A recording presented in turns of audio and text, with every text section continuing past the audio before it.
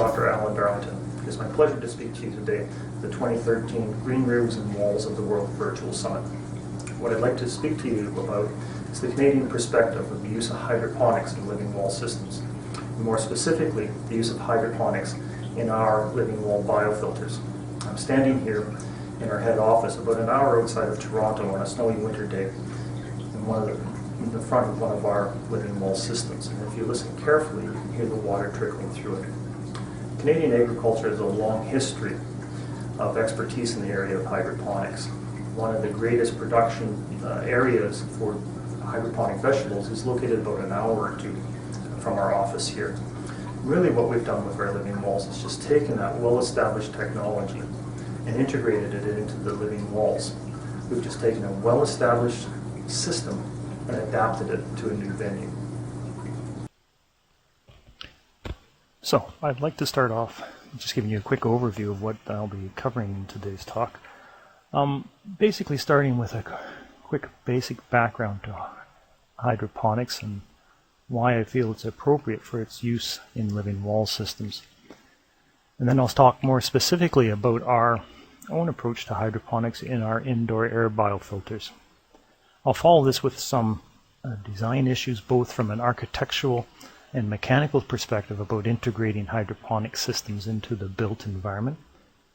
And then finally ending off with a quick overview of some recent installations we have done, both in terms of how they fit into this space and just an overview of what we've been doing. Looking at hydroponics, and really hydroponics may seem like a very unusual technology to be using indoors, but it's actually very well established. About 75% of all of the vegetable crops grown under glass in the world are grown hydroponically, and this is because they get the reliability in their production of plants that they want. Hydroponics is a very sophisticated way of growing plants under controlled conditions. Why is that? Well, if you look at a traditional soil-grown system, soil, although it's fairly uniform, widely used, it is a very ununiform growing media, and it is actually a very difficult one to intensively manage. One of the issues with soil is that it doesn't really allow water to move very easily. If you put water on a managed soil, you'll get regions of very high water retention and low water. Water doesn't move that well through the soil medium. The other one is that soil, by its very nature, complicates the plant and mineral nutrition. It holds on to some nutrients, and this can interfere with the plant's ability to take these nutrients and grow. So under intensively managed conditions, what they do is they take the soil media and they replace it with a synthetic media, a synthetic rooting material. And this material is much more open than a traditional soil and allows better water movement through its substrate than a traditional soil. It also allows better air penetration into the rooting zone, so you don't get the buildup of anaerobic zones and better root health that way. The other thing is that this rooting media, by definition, is an inert media, and so it doesn't really get involved with the mineral nutrition. So it doesn't interfere with the plant's ability to take up the nutrients out of the circulating water. Now, one of the problems with it being an open and fairly inert material is that it doesn't hold on to water. So to keep the plants alive, what you have to do is you have to build in a water supply system with a reservoir that pumps the water into the substrate. The water easily flows through the substrate back into the central reservoir. This water circulation is not critical to a definition of hydroponics, but it certainly is in my mind. The idea that the water circulates time and time around, and it helps the plant, or helps the system be more efficient in terms of its water use. It is possible to have a flow through once and then delivery of water at this end and flow out to a drain at this end, and still have it considered hydroponics, but it is certainly not as efficient as a circulating system.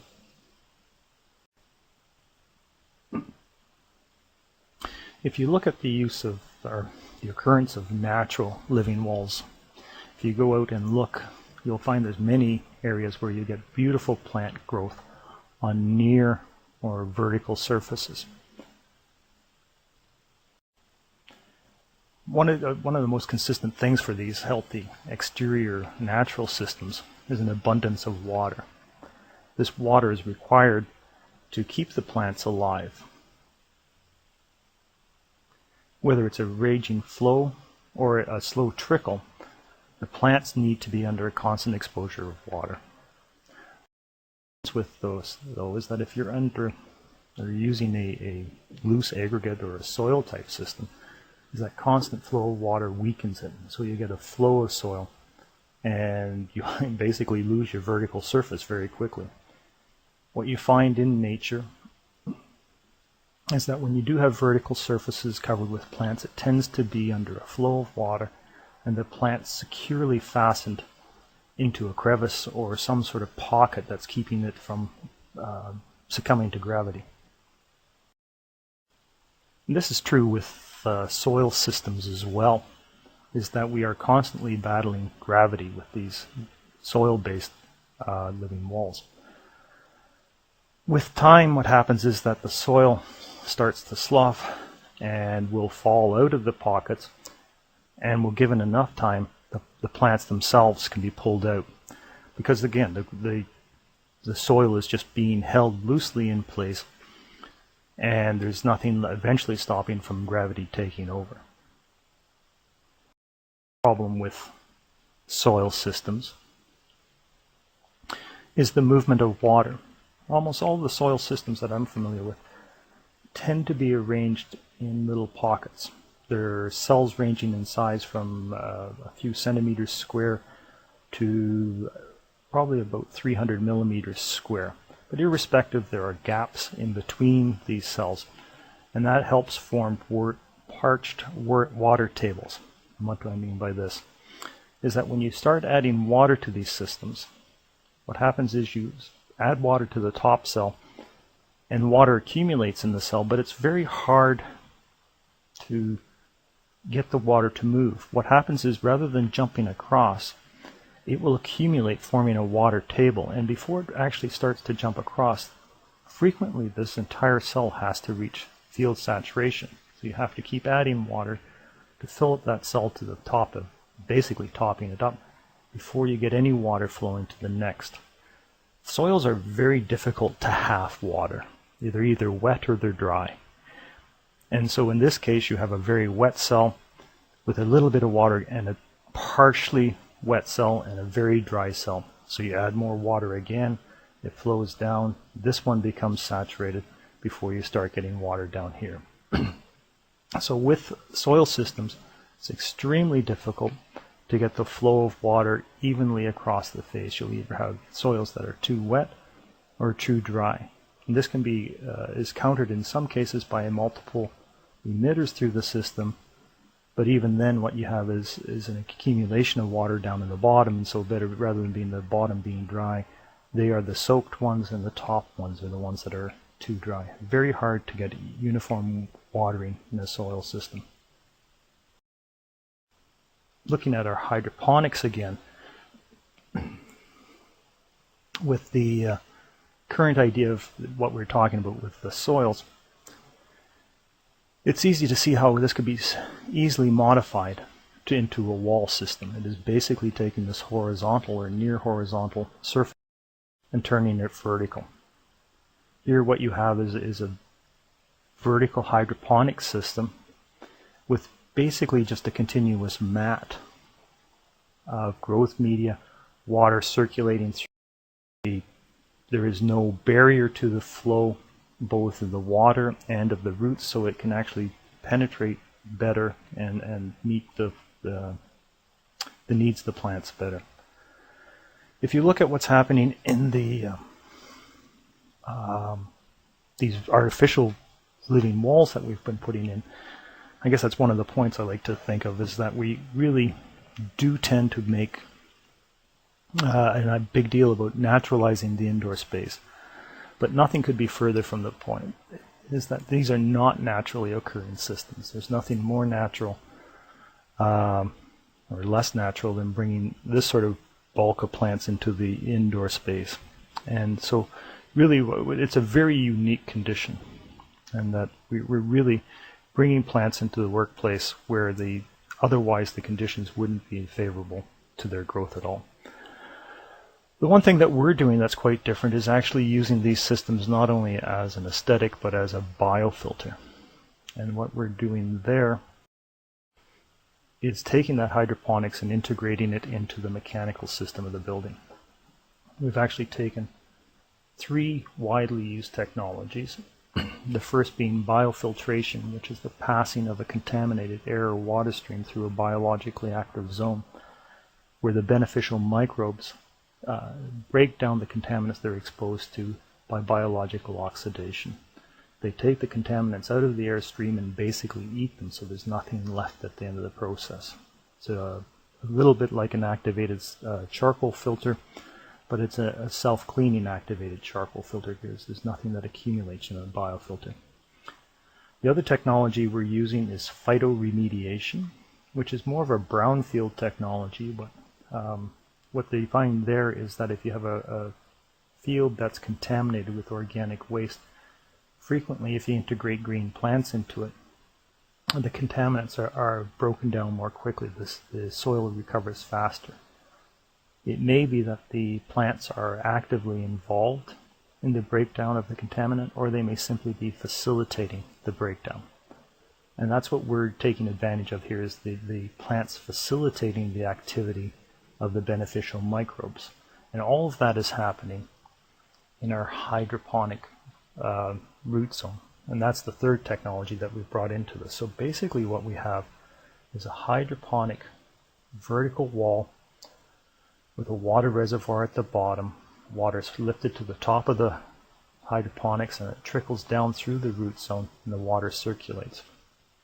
At the same time, that hydroponics is fitted in front of an air diffuser system which is connected into the return air of the building. So the idea is that the air is drawn through that hydroponic mat, bringing the airborne contaminants in close contact with the beneficial microbes growing in the root zone, where they're taken out and biologically broken down. The air is then taken into these manifold systems, back into the air handler, and returned back to the space as virtual outside air.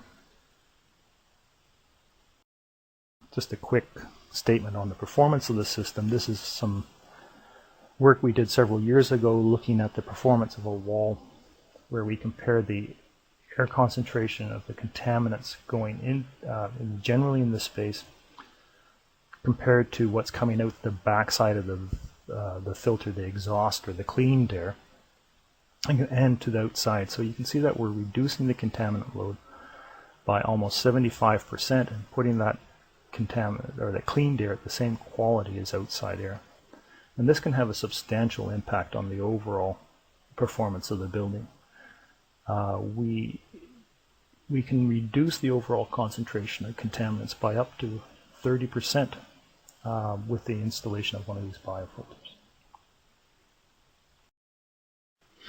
Looking at their construction, this is a project we did in Albuquerque, New Mexico, but we start with a block poured or slab wall, or stud wall, and we mount onto it an array of perforated pipes. And these perforated pipes connect into a manifold, which then connects into the HVAC, the air handling system of the building. The idea is that the air is drawn into the perforations of the pipe, up the pipe to the manifold, and then back into the air handler system, and then would be returned to the space through the ductwork. So it's basically creating a closed loop of the air within the space. We then install our growth media, which goes in as 2 layers of a synthetic weave material, each about 2 centimeters thick.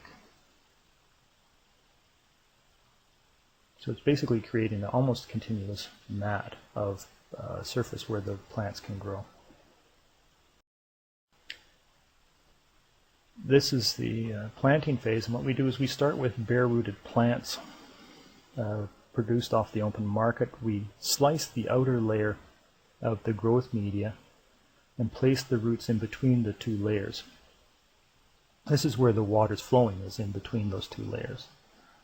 Once the roots are in there, they'll go through an adaptation phase, and then it will take off and grow from there. And basically after a couple of weeks you won't be able to pull the plants out because they've established a brand new root system. And the neat thing is because we're using commercially produced plants, there is no growth phase, and it goes in and looks good off the very beginning. Looking at some of the design issues in terms of the architecture, there's several ways we can configure the system. Most of the flexibility is around the basin placement, and it can be as simple as the basin sitting on the floor, working as a reservoir, and the location of the pump all in the same location. This is an installation we did at the Direct Energy Center in downtown Toronto, where we came in with a pre-made metal basin that we covered with tile to have it fit into the space. We can also have the basin recessed into the floor, which creates a different look to this. And here the basin is filled with a river stone to give a more open look to the whole installation. The other thing we can do with the basin is we separate the two functions of the basin, which is one, the catchment of the water that's circulating through the system, and the reservoir for the circulating water. We can physically separate those two functions. Here's a case of an install that we did in downtown Toronto, where this face of the living wall, there's a simple catchment here, so the water circulates through here down, and it's a two-sided wall, and the reservoir is actually down on the other side. So this is simply working as a catchment, redirecting the water down here, which is actually acting as the reservoir side. We can actually have the pump and reservoir located quite a distance away from the actual wall, and this is a 5-story installation we did at the University of Ottawa, where the pumps are located the floor below at the opposite end of the building. This is the reservoir for the circulating water, and 2 inline pumps moving the water through the wall. Looking at some of the mechanical installation issues, and starting with that separation of the reservoir from the catchment, just for ease of discussion, it is really just the pump circulating the water up through this loop. So to go through some of the thought process we've had with the design of our system, we started with this very simple design, and it worked very well. And then what we found is that if you had it operating for a period of time, with the evaporation of water, you'd eventually find that you'd have a loss of water in your reservoir, which meant that your pumps would run dry. So we built in a mechanism for keeping the water at the right level. A float mechanism, a backflow preventer hooked into the domestic cold water supply. And this worked very well. What can happen is that the mechanical system can fail, and you can have actually an accumulation, excessive accumulation, and which is not very good either. So what we do now is we install these systems with a floor drain and an overflow built right into the reservoir, so that any excessive water is directed down the drain and not onto the floor. The next thing that happens is that with this one pump, it is possible for the circulation to stop. And if you have only one pump, this could be catastrophic.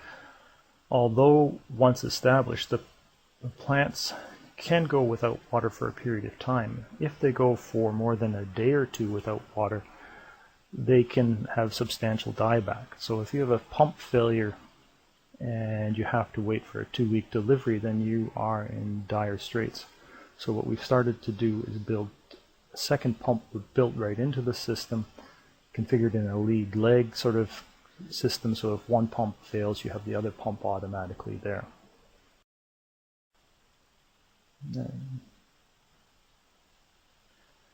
And it is not impossible for having prolonged pump failure with electrical issues where you stop the flow of water. And what we do to address this is we build in a connection between the domestic water and the circulating water. So what happens is that if both pumps fail, you can keep the wall alive by pulsing city water into it, which then turns the whole system into a flow through, but does keep the plants alive.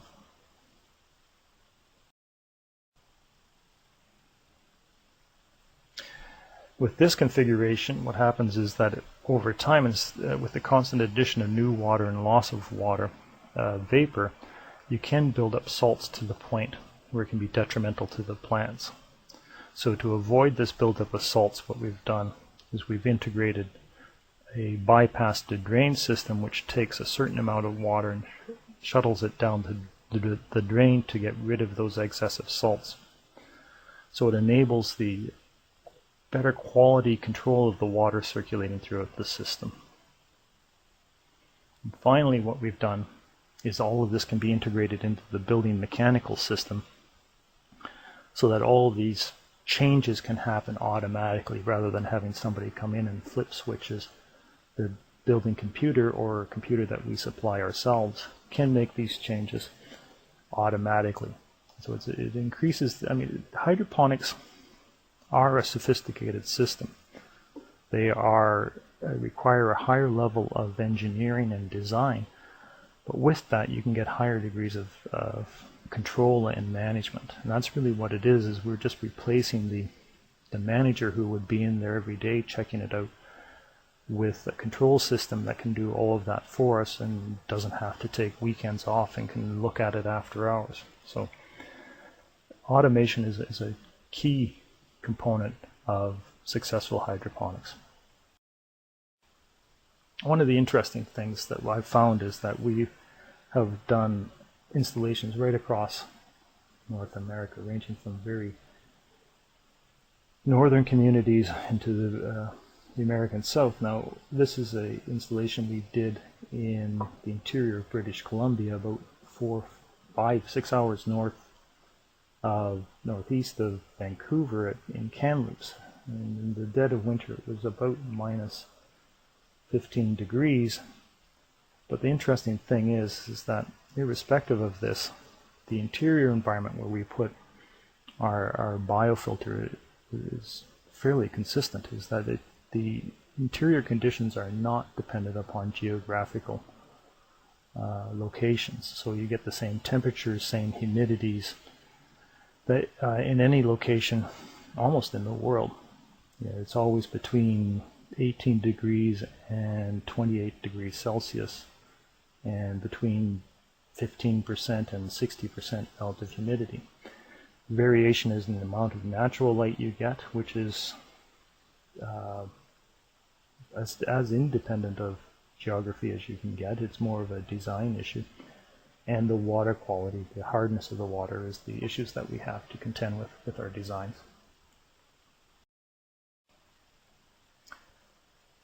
This is the same Thompson Rivers University in Kamloops, and what we've done in this one is a little bit different, that we've got the basin acting as a catchment and a reservoir, but the pumps which are in line are located in the floor below. I like the idea of the pumps being located in a mechanical room in the floor below. It facilitates their long-term management by the facilities peoples. It becomes part of their routine to make sure that the systems are working right. This is the Drexel University project in Philadelphia, again with remote pumps, but in this case the pumps are two inline pumps located in a water reservoir. These are inline filters removing any sediment that gets caught up in the system, so the water comes in through the pumps and back up to the wall. Remote pumps are also used in Freshco supermarket installation downtown Toronto. This is a simple catchment. The drains and supply go back to a reservoir back here where the pumps are and the water is lifted back up. One of the things we're frequently asked with our systems is the maintenance, and this wall is a good example. Across the top here you can see a monorail system, and once a month or so we come in and do our plant maintenance, and in this case doing it from a bosun's chair. The installations I've shown have tended to be the larger ones, but we have done a wide range of sizes. This is in the Toronto Reference Library, about a 8-foot by 8-foot size wall. One of the neat things here is that it is not hooked into the air handling system, but we're drawing the air through it with built-in fans. And the same as this West Hill Community Health Center, where it is about 6 feet wide by about 2 or 3 stories high. But again, there's built-in fans drawing the air through it. And here you can see the monorail system that we use the bosun's chair to service the wall on the monthly basis. This, I believe, is the Ivy restaurant in Burlington, Ontario. And what I like about this is how we've taken the hydroponics and really adapted it into the indoor space. On this side of the plant wall there is no basin. We simply have a very simple catchment that directs the water over to this side where the basin is. So those waters lifted up, over and down. And there's also 2 main reservoirs, one on each side of the doorway, which are balanced to give us equal flow around the walls. And again, you can see this wall also has built-in fans to draw the air through the plant wall, clean it up, and then put it back into the space with the fans. The final wall is the University of Waterloo outside of Toronto. And again, it's a nice design showing the monorail for service, raised basin which is also used as a seating area, combination of natural and artificial light. So in summary, I'd like to say that for me hydroponics are the although a sophisticated, and by sophisticated it's a step up beyond just simple soil systems, but I think it's well worth it when you're dealing with a costly or a valuable product like interior plant walls. That it is in the long run a much simpler system to try and maintain than soil, because it is going to last and be consistent for the entire life of the system. The life expectancy we're seeing in our growth media is in excess of 10 years, for maybe as long as 15 years. So it's a very reliable way of producing plants or living walls in the indoor space. I very much appreciated the chance to chat with you, and if there's any questions, please feel free to contact me either at the chat at the end of this or email and phone number at this page. So thank you very much. I appreciate your attention.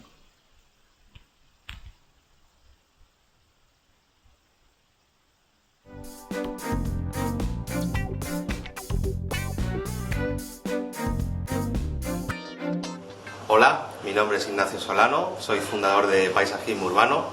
Queremos agradecer a Greenroofs.com el habernos invitado a la segunda cumbre mundial de techos y jardines verticales. Y bueno, contaros un poquito que el vídeo que vais a ver a continuación es un vídeo en el que se describe un poco nuestro trabajo, la trayectoria que tenemos, nuestra filosofía, y contaros que eso, ¿no? Que tenemos pues ya más de 2.500 metros de jardines verticales, y que Paisajismo Urbano es una empresa que ha ido mucho más allá del jardín vertical, convirtiendo el jardín vertical en un ecosistema vertical, que es teniendo en cuenta cómo se comportan las plantas, cómo funcionan los ecosistemas, por qué hay que combinar plantas con hongos y bacterias, y bueno, todo eso lo vais a ver en el vídeo. Queremos otra vez agradeceros el que nos prestéis atención, agradecer a Greenroofs.com el habernos invitado, y deciros que al final del vídeo podéis ver nuestro contacto y cómo contactar con nosotros para temas de cursos y demás información, etcétera. Muchísimas gracias y un saludo.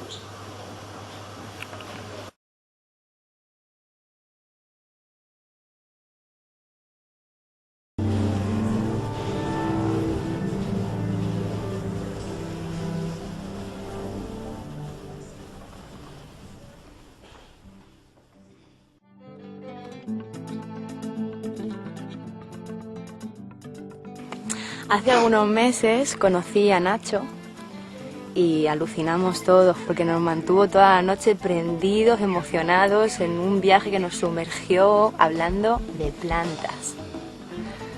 Bueno, Nacho se dedica a hacer lo que él le gusta llamar ecosistemas verticales, comúnmente llamados jardines, pero es una manera de trasplantar las selvas y los bosques a la ciudad, a nuestras grises ciudades súper carentes de vida, ¿no? Tan hostiles.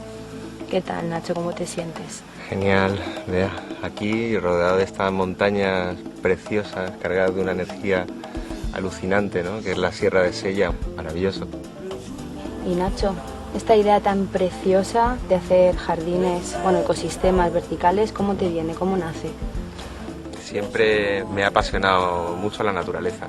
Al principio los animalitos, por eso de que son pequeños, tienen ojitos, pues empatizamos más con ellos, y más tarde las plantas, ¿no? Toda la vida buscando gallipatos y mira dónde lo vamos a encontrar.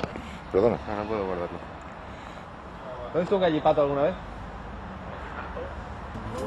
Si pensamos un poco, nos podemos dar cuenta que en los últimos 40 o 50 años pues, nos hemos apartado de la naturaleza, ¿no? de ese modo de vida natural. Nuestras abuelas, sin ir más lejos, vivían cercana a ella. Tenían animales de granja.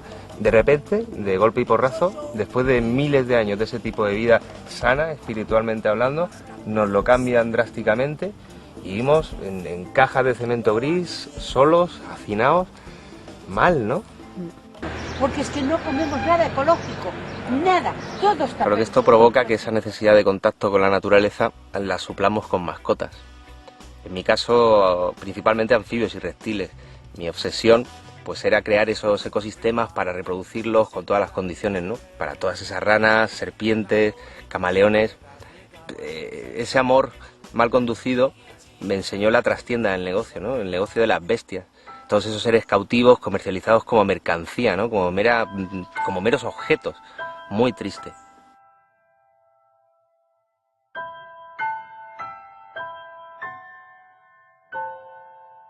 Entonces me di cuenta que esos terrarios vacíos, esos microecosistemas, sin animales, únicamente con plantas, ya eran hermosos de por sí, ¿no? Eran alucinantes. Con esas plantas que crecían, con los hongos que se desarrollaban, con plantas que dejaban semillas, germinaban y salían otras cosas, alucinábamos con eso. Vamos a hacer un programa que se va a llamar Jardines Imposibles. Charlie, estás nominado.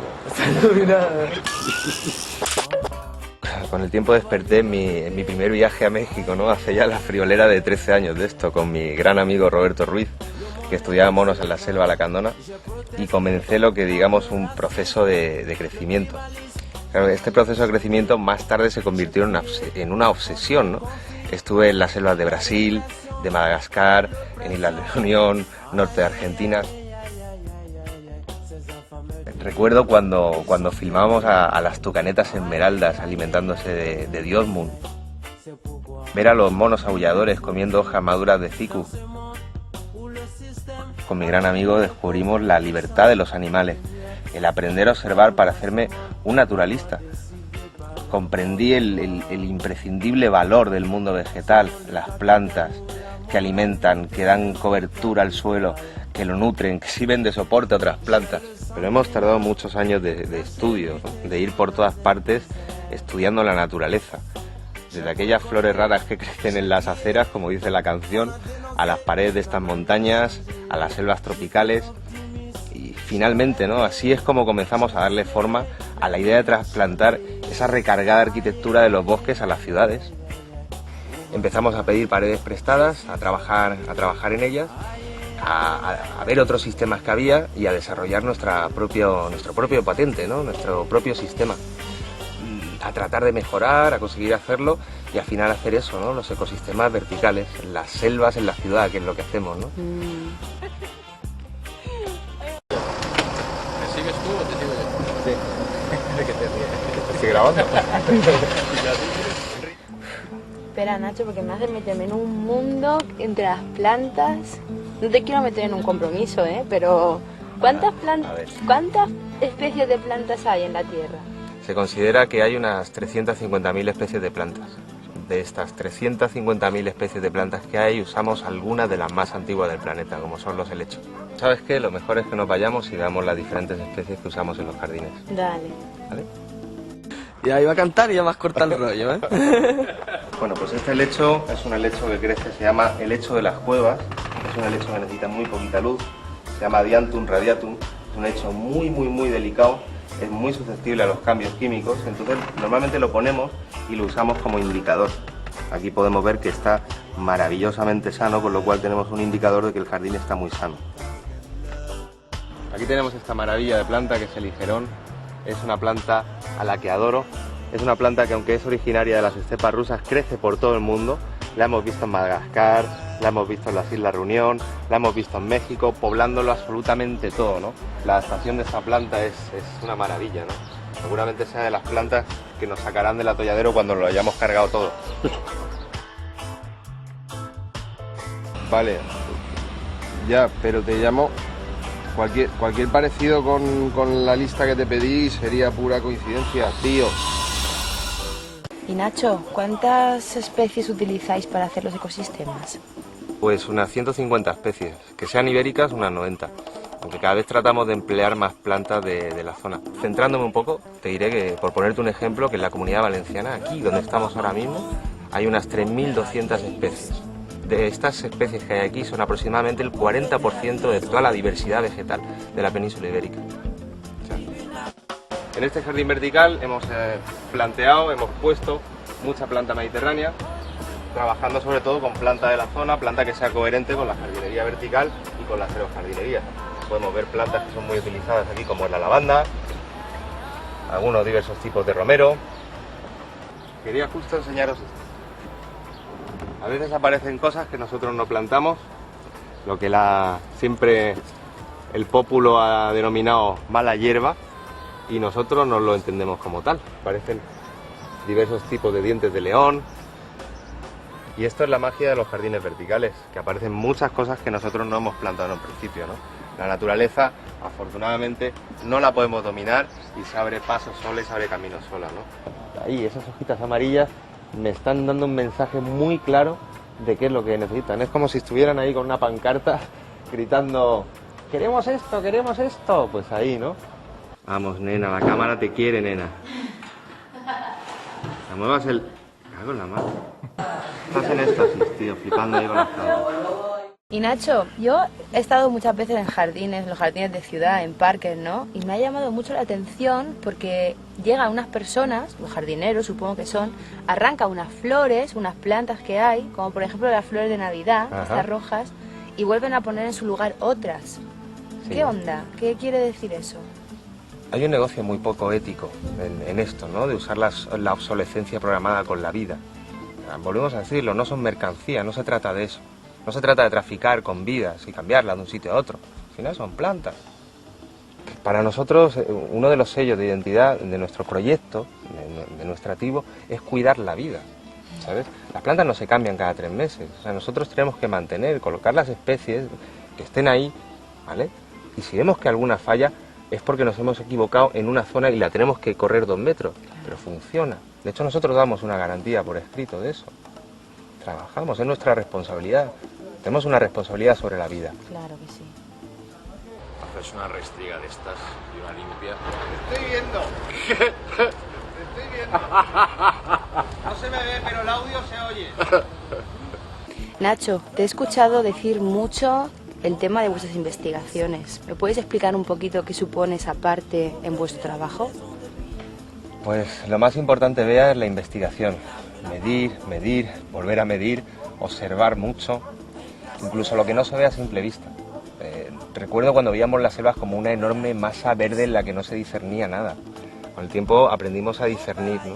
Que era una cosa, que era otra, y a mirar más arriba, a mirar más abajo, ¿no? A lo importante, a los hongos, a las bacterias, a las simbiosis interespecíficas, a cómo funcionaba un ecosistema. Eso ha sido la cátedra para nosotros, ¿no? El comprender cómo funciona un conjunto para poder aplicarlo.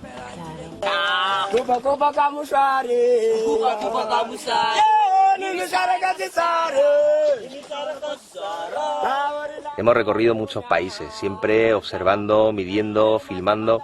Eso es parte de nuestro capital, un banco de imagen y de datos fantástico, ¿no? De seres vivos interactuando, relacionándose.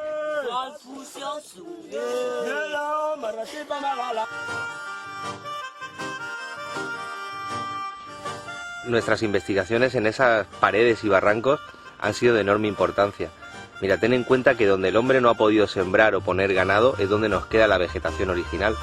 El estudio de las paredes, además, ¿cómo te diría yo? Nos divierte, nos mantiene física, mental y espiritualmente en las mejores condiciones también.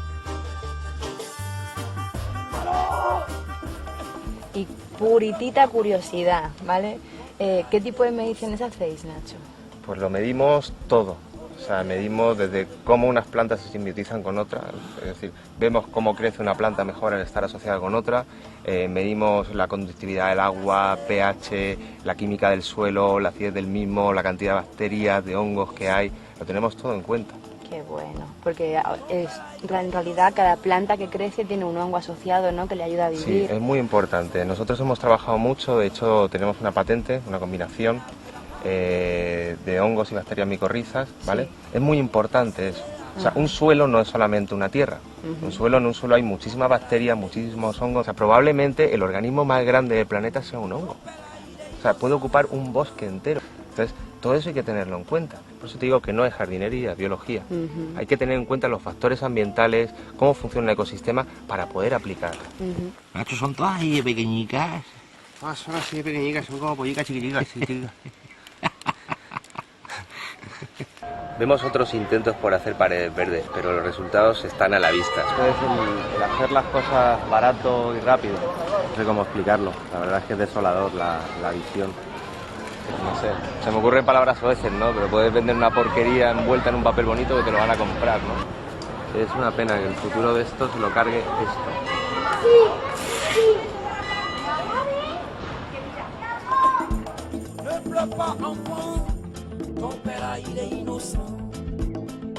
¿Y el agua? El agua es importantísimo. Claro. Los equipos que utilizamos nosotros lo controlan todo. Son muy sofisticados, ¿no? Esto es el verdadero jardín vertical. Donde hacemos el apoyo de agua, las inyecciones, todo el tema de control de presiones. Básicamente esto es el soporte de la vida de un jardín vertical. Un jardín vertical no es solo lo que vemos, hay una parte que no vemos, es la parte donde está la técnica.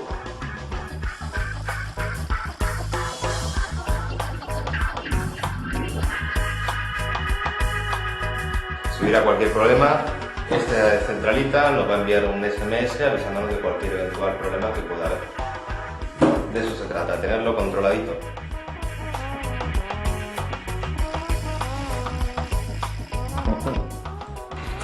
Este es mucho más pequeño, lleva una configuración más pequeña.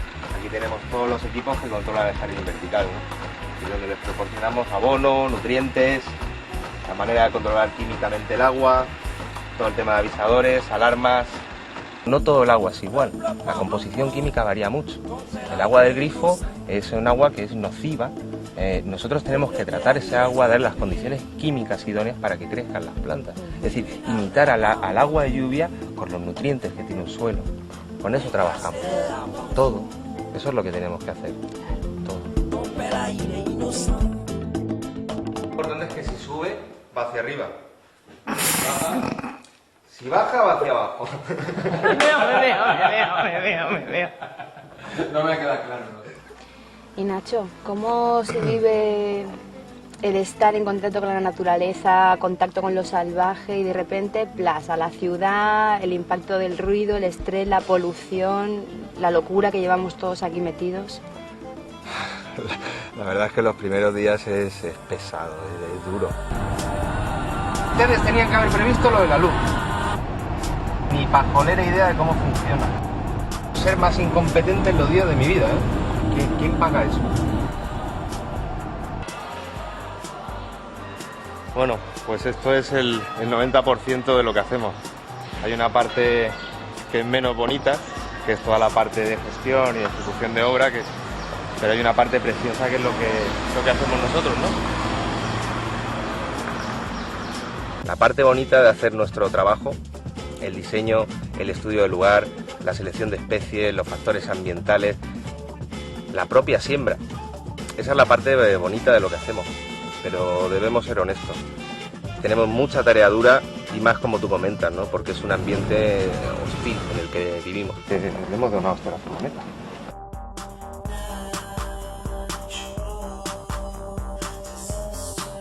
Vemos a las personas insatisfechas, estresadas, serias, preocupadas.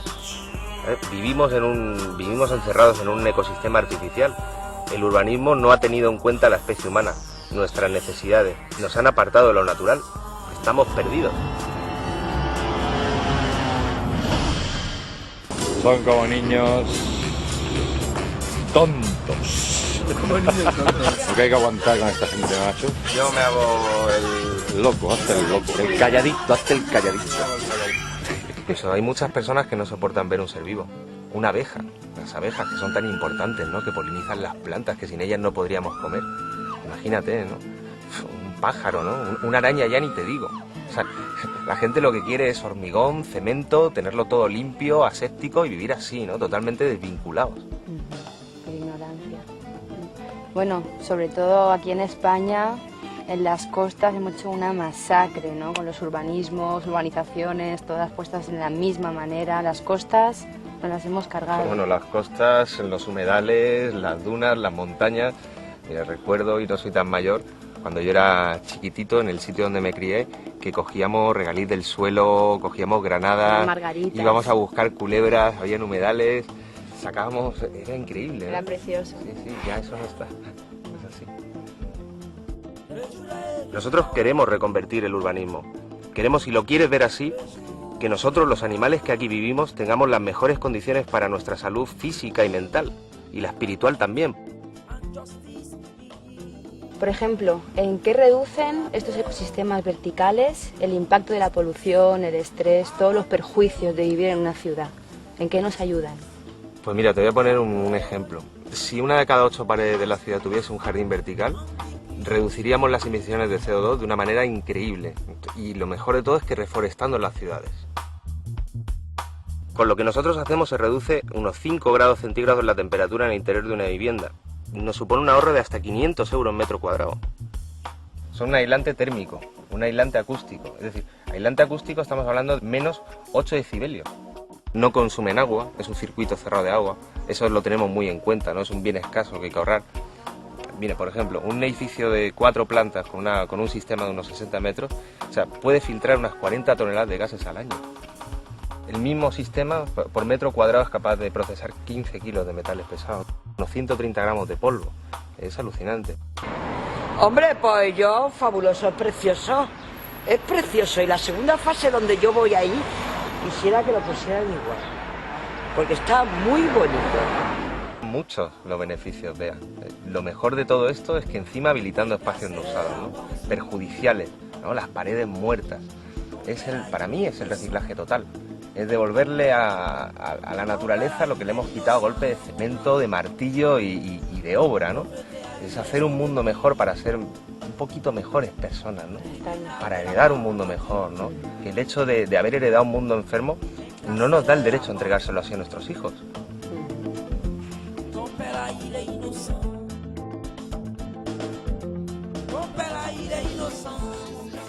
A ver, Nacho.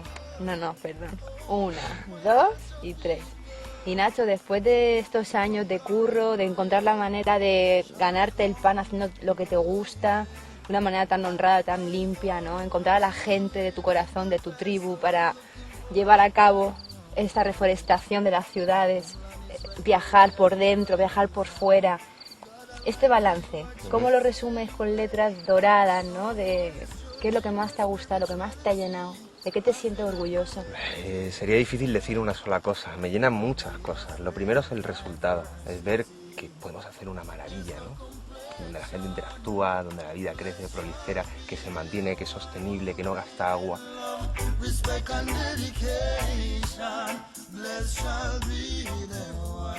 segundo es esa tribu de la que tanto hemos hablado, ¿no? Que hemos creado un grupo de gente multidisciplinar que crea una sinergia entre nosotros, ¿no? Que nos aportamos. No, yo estoy contentico porque ha venido todo el verde, nos están saliendo amiguitos en la obra. Todo el mundo se pone contento cuando traemos las planticas. Y nosotros sabemos. ¿Voy a poner la primera? Vamos. ¿No?